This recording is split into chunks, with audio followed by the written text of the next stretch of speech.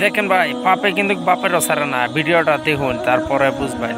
আমি আগে থেকে শেষ পর্যন্ত দিতেছি। ভিডিওটা সবই কিন্তু আপলোড করে লেছে, কিন্তু আমি করছি না, কারণ শেষ পর্যন্ত আমি দেখে লেছি রেজাল্ট কি আইয়ে। রেজাল্টটা দিয়ে ভিডিওটা করাইছি, আপনারা দেখুন। তারপরের ভিডিওটা দেখুন কয়েকদিন পর।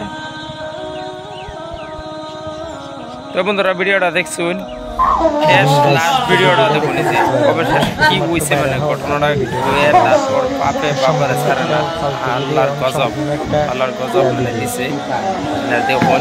তো বন্ধুরা, তো ভিডিওটা দেখতেছুন, আশা করি এরকম কি কাজ করার না যায়, দুনিয়াতে দেখাই দিতেছে।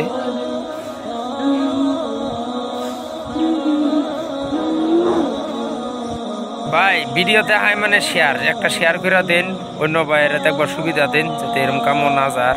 লাস্টে কিন্তু কবিরাজ আছে, কবিরাজ যাওয়ার পরে ঝাড়া পড়ায় যে তখন কি অবস্থা আছে, এর মুহূর্তে গিয়ে দুখন রক্ত বাড়িতেছে, তারপরে পাথর বাড়িতেছে, সেরার মুহূর্তে রক্ত বাড়িতেছে, পাথর বাড়িতেছে। হ্যাঁ, লাস্টটা কিন্তু কবিরাজের মুহূর্তে বাড়িছে, বহুতগুলা পাথর বাড়িছে। পাথর বাড়ানোর পরে তখন নিজে কি করতেছে কবিরাজ, এই যে বহুতগুলা তখন পাথর বাড়িছে। তো এটা হইলো আল্লাহর খেলা, বেশি পাপ করলে এরমই। তার মানে ঘটনাটা বলছে, একটা 15-16 মাসের বাচ্চা ঘর রাখিয়া, ঘর তালা লাগাইয়া বাচ্চার মারা বেলেগের সাথে মানে লিলিমাই করে। লিলিমাই করার পরে 10 দিন পরে যায় এরা সেরার অবস্থাটা কিরম হয়েছে দর্শক বন্ধুরা নিয়ে রাখুন। তারপরে এই যে এরকম মানে বিলন করবার গিয়ে রেখে গেছে কাহিনীটার মানে কতটুকু কি।